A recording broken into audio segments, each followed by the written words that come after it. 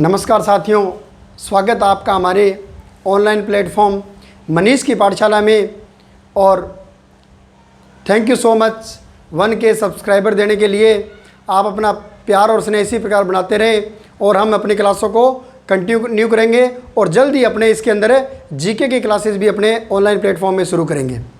Last class में अपने topic किया था एडजेक्टिव का, एडजेक्टिव की डेफिनेशन पढ़ी थी, एडजेक्टिव के एग्जाम्पल्स देखे थे और दो प्रकार के एडजेक्टिव अपने पढ़े थे, adjective of quality and adjective of quantity.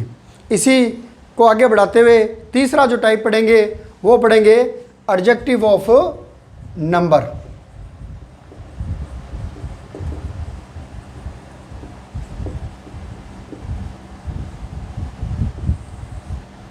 Adjective of number means Hindi के अंदर अगर अपने बात करें तो संख्यावाचक विशेषण भी, जो विशेषण संख्या का बोध कराए वो क्या कहलाता है, एडजेक्टिव ऑफ नंबर कहलाता है।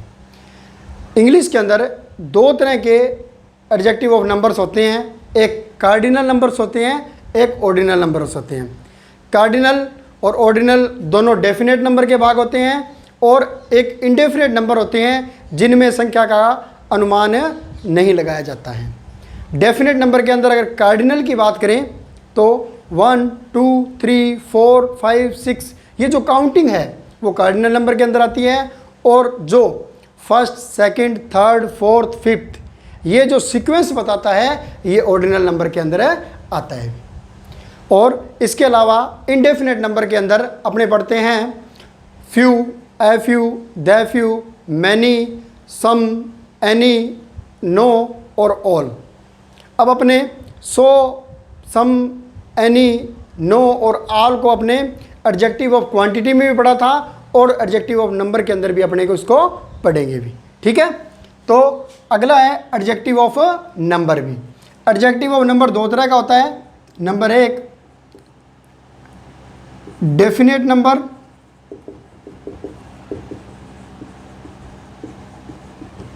और नंबर दो एडजेक्टिव ऑफ इंडेफिनेट नंबर।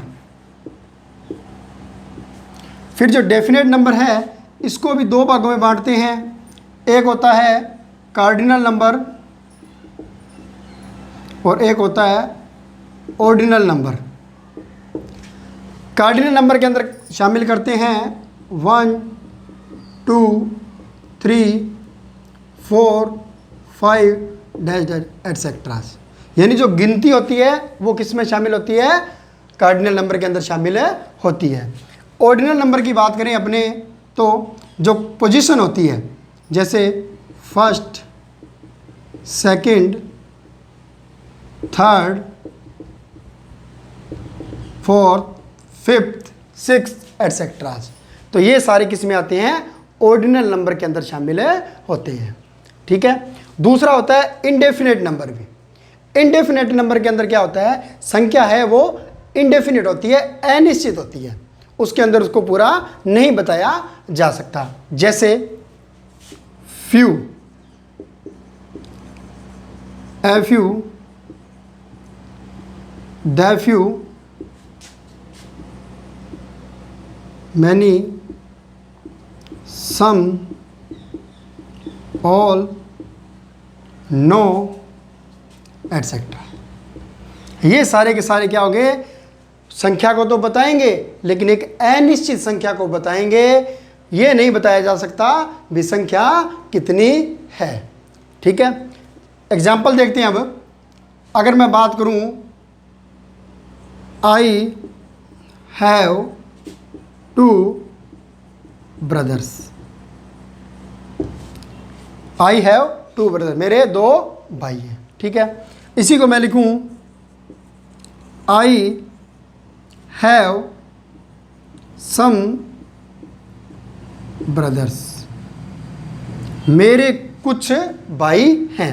यहां पर तो क्या हो गया, फिक्स संख्या हो गई भी, नंबर क्या है, फिक्स है, तो ये तो क्या हो गया, एडजेक्टिव ऑफ डेफिनेट नंबर।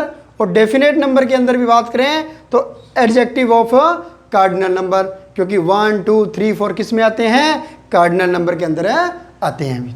तो आई हैव 2 ब्रदर्स, एग्जाम्पल किसका होगा? कार्डिनल नंबर का होगा अभी। ठीक है। आई हैव सम बुक्स, मेरे पास कुछ किताबें हैं। कुछ हैं गिनी जा सकती है, लेकिन कितनी है? कुछ है, संख्या अपने को निश्चित नहीं बताई। तो ये क्या है? इंडेफिनेट नंबर है भी, एडजेक्टिव ऑफ इंडेफिनेट नंबर। ठीक है। अब देखना, रिया कम्स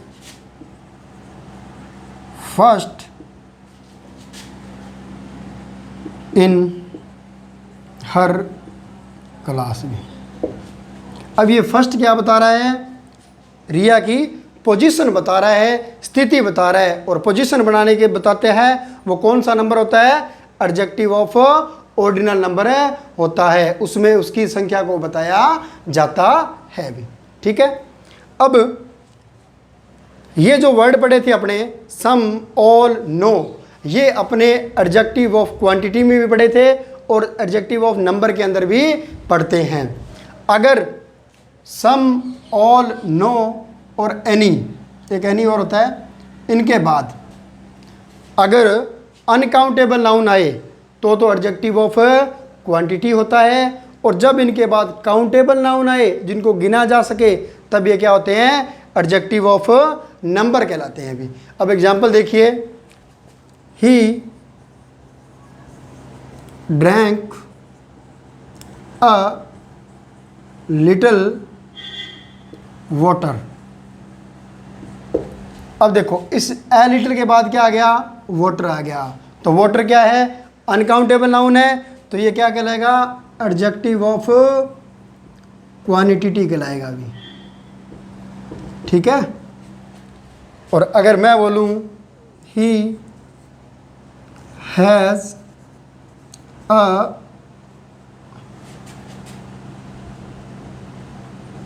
फ्यू फ्रेंड्स। अब देखो, इस ए फ्यू के बाद में क्या है? फ्रेंड्स है। फ्रेंड्स क्या है? काउंटेबल नाउन है, तो ये क्या होगा? एडजेक्टिव ऑफ नंबर कहलाएगा अभी। ठीक है। और एडजेक्टिव ऑफ नंबर के अंदर भी पूछे तो एडजेक्टिव ऑफ इंडेफिनेट नंबर कहलाएगा अभी। तो इंडेफिनेट नंबर का मतलब क्या हुआ? जो संख्या क्या हो? फिक्स नहीं हो, निश्चित नहीं हो। और उसके बाद क्या आएगा? इसकी पहचान क्या होती है इंडेफिनेट नंबर की? एडजेक्टिव के तुरंत बाद में क्या आएगी?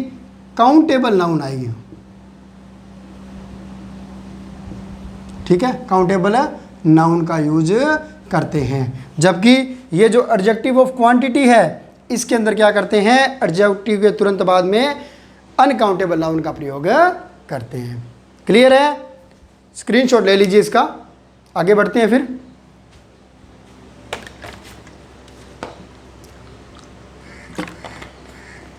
हो गया। अगला जो इसका प्रकार है वो है डेमोन्स्ट्रेटिव एडजेक्टिव।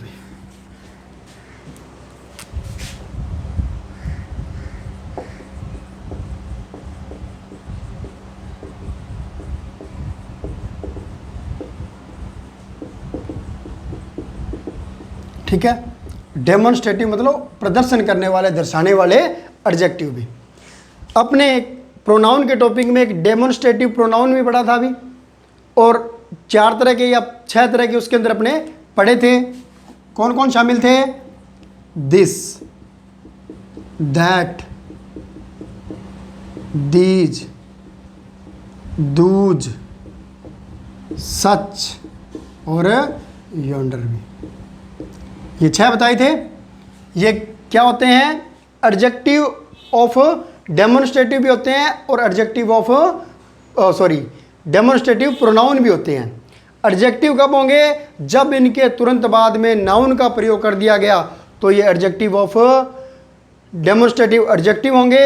और जब इनके बाद प्रोनाउन का यूज कर दिया गया, तब वर्ब का यूज कर दिया गया, तो ये क्या हो गए? डेमोन्स्ट्रेटिव प्रोनाउन कहलाएंगे। अब एक एग्जाम्पल देखते हैं।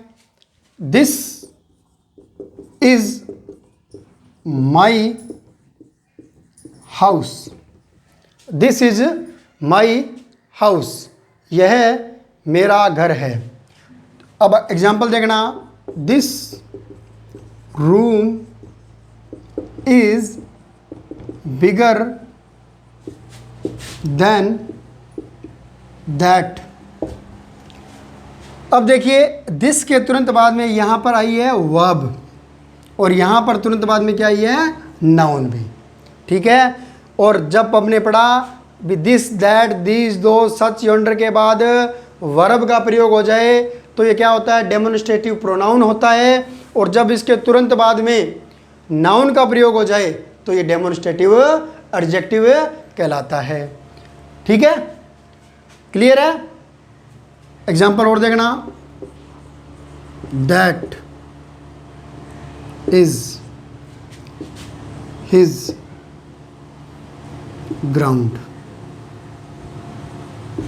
That is his ground. और इसको मैं लिखूं, दैट ग्राउंड इज माइन। अब यहाँ भी देखिए दैट के तुरंत बाद में क्या है, वर्ब है, तो इसका मतलब क्या होगा, डेमोन्स्ट्रेटिव प्रोनाउन होगा। यहाँ भी वर्ब थी तो डेमोन्स्ट्रेटिव प्रोनाउन होगा। अब दिस के बाद में यहाँ पर क्या है, नाउन दी हुई है, तो ये क्या होगा, डेमोन्स्ट्रेटिव एडजेक्टिव होगा। और यहाँ भी दैट के बाद में ग्राउंड क्या दी हुई है, नाउन, तो ये क्या होगा, डेमोन्स्ट्रेटिव एडजेक्टिव होगा। अभी जब भी पार्ट ऑफ स्पीच में से क्वेश्चन आता है तो डेमोन्स्ट्रेटिव प्रोनाउन और डेमोन्स्ट्रेटिव एडजेक्टिव के अंदर से क्वेश्चन है ज़रूर बनता है, specially in second grade, grade third और जो अधीनस्थ मंत्रालय एग्जाम लेता है उनके अंदर भी, ठीक है। क्लियर है, स्क्रीनशॉट ले लीजिए इसका। चलें आगे। अगला जो प्रकार है वो है डिस्ट्रीब्यूटिव एडजेक्टिव।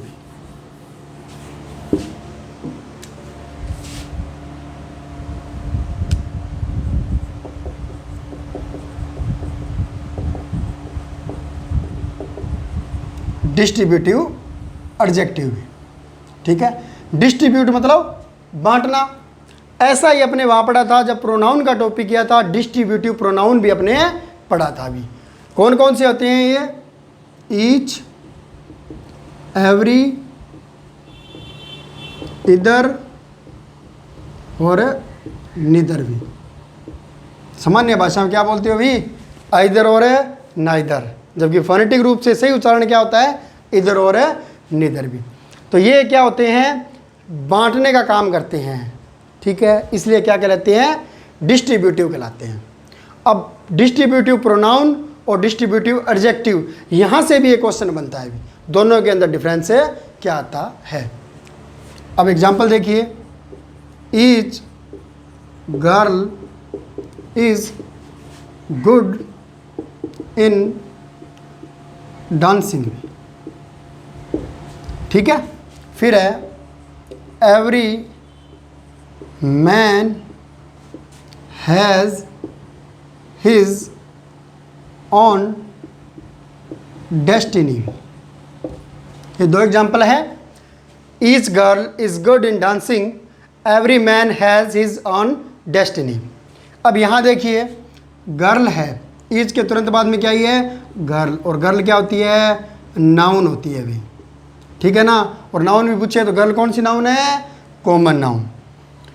अब एवरी के तुरंत बाद में देखो क्या है, मैन, मैन भी क्या है अभी, नाउन है, और नाउन भी कौन सी, कॉमन नाउन।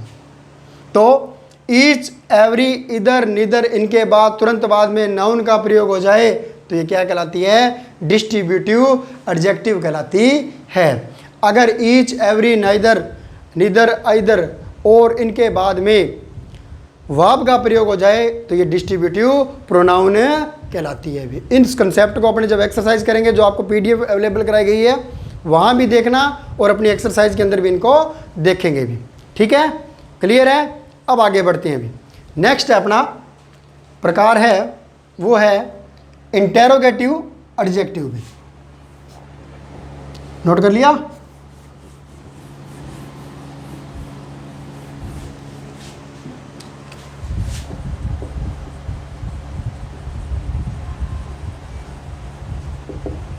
इंटेरोगेटिव एडजेक्टिव भी। इंटेरोगेटिव मतलब प्रश्न पूछने वाले विशेषण भी या प्रश्नवाचक विशेषण भी। ये दो तरह के बनते हैं, या तो WH वर्ड प्लस नाउन से या हाउ प्लस नाउन से। ठीक है, दो तरह से ये क्वेश्चन क्यों क्या किए जाते हैं, फ्रेम किए जाते हैं, या तो WH वर्ड से या फिर हाउ वर्ड से। ठीक है, जैसे how many rupees do you want, how many rupees do you want, तो आप कितने रुपए की इच्छा रखते हो या आपको कितने रुपए चाहिए भी। इसके अंदर क्या कर रहा है, ये क्वेश्चन पूछ रहा है हाउ मैनी। ठीक है, और उसके तुरंत बाद में क्या है, रुपीज आया है, तो ये क्या होगा, interrogative adjective. How many rupees do you want. ठीक है, अब इसके अंदर देखना हाउ मैनी कितना, और लास्ट में क्या आएगा, क्वेश्चन टैग है। ये बहुत इंपॉर्टेंट है, जब एरर का कोई क्वेश्चन आता है तो वहाँ पर ये चीज़ें ड्रॉप कर दी जाती है भी, कोमा है, फुल स्टॉप है या क्वेश्चन टैग है, इनको ड्रॉप कर दिया जाता है। ठीक है, तो इन चीज़ों को विशेष ध्यान देना है भी। ठीक है, नेक्स्ट है whose brother is going to market. अब यहां देखिए हुज के तुरंत बाद में क्या है, ब्रदर, और ब्रदर क्या है, नाउन है भी। हाउ मैनी के तुरंत बाद में क्या है, रुपीज, रुपीज क्या है, नाउन है। तो जब भी हाउ वर्ड और WH वर्ड के बाद नाउन दी गई हो और लास्ट में क्वेश्चन टैग लगा हो, तो मतलब क्या है, वो इंटेरोगेटिव एडजेक्टिव है, वो प्रश्नवाचक सर्वनाम है भी। ठीक है, नेक्स्ट है अगला जो प्रकार है वो है एम्फेटिक एडजेक्टिव भी।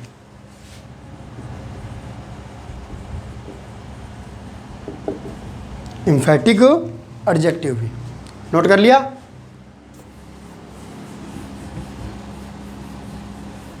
अब एम्फेटिक का मीन क्या होता है, एम्फेटिक मतलब दबाव सूचक या प्रभाव डालने वाले। जैसे अपने एम्फेटिक प्रोनाउन भी किए थे, जैसे वेरी है, ऑन है, टोटल है, कंप्लीट है, ये सारे के सारे किस में आते हैं, एम्फेटिक प्रोनाउन में आते हैं, जो क्या करते हैं, एम्फेसाइजिंग करते हैं किस चीज़ को। दूसरे शब्दों में इनको बोल देते हैं एम्फेटिक या एम्फेसाइजिंग एडजेक्टिव भी बोल देते हैं। ठीक है, इसके अंदर क्या होता है, किसी चीज़ है उस पर प्रभाव के बारे में बताया जाता है। जैसे एग्जाम्पल देखना, this is very book that I read. This is very book that I read, क्योंकि सेकंड फॉर्म भी सेम ही होती है ना।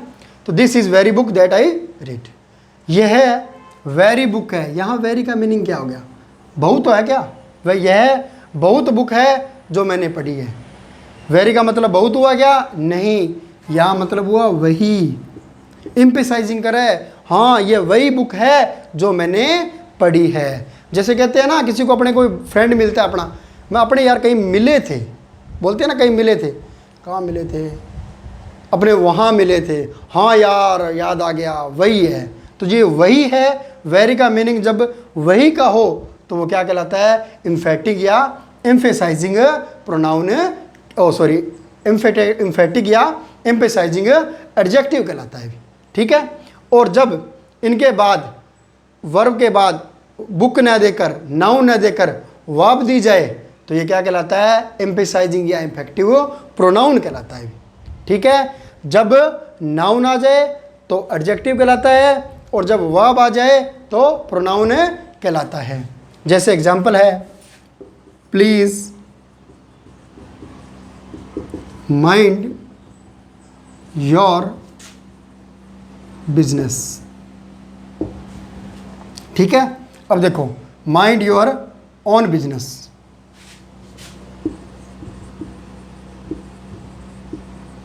यहां पर ऑन वर्ड दिया हुआ है, please mind your own business, कृपया अपने काम से काम रखिए।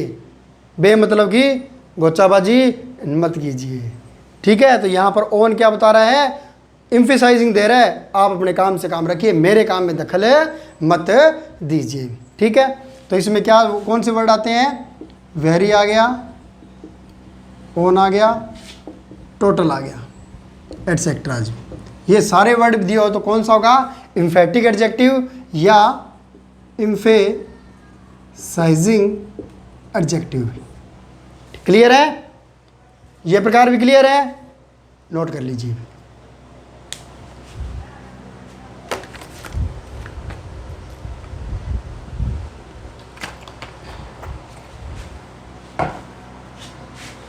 अब इसका जो आखिरी प्रकार बचता है वो है एक्सक्लेमेटरी एडजेक्टिव।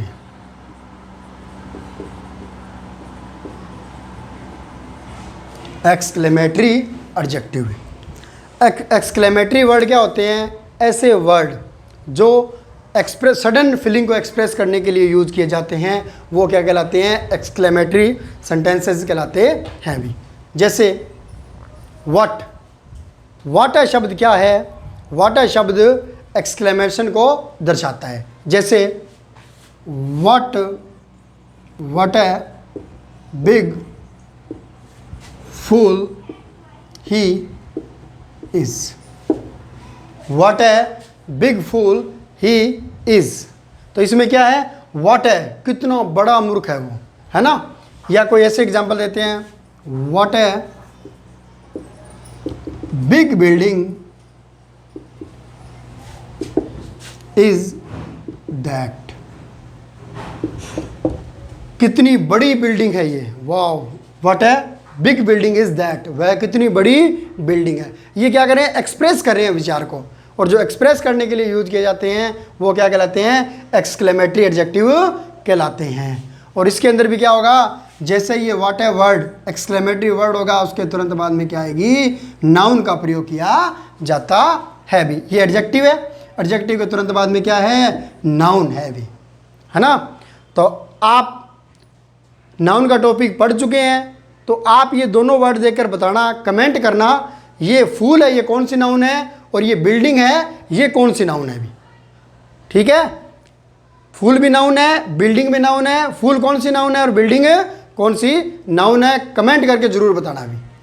उम्मीद करता हूँ आपको एडजेक्टिव का टॉपिक भी क्लियर हो गया होगा, और इसके साथ ही अपना पार्ट ऑफ स्पीच के अंदर नाउन कंप्लीट हो गया, प्रोनाउन कंप्लीट हो गया, एडजेक्टिव कंप्लीट हो गया, और अगली क्लास में अपने एक नया टॉपिक के साथ फिर लौटेंगे भी।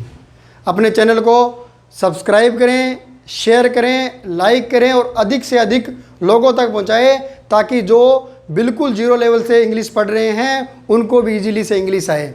Thank you so much, have a nice day.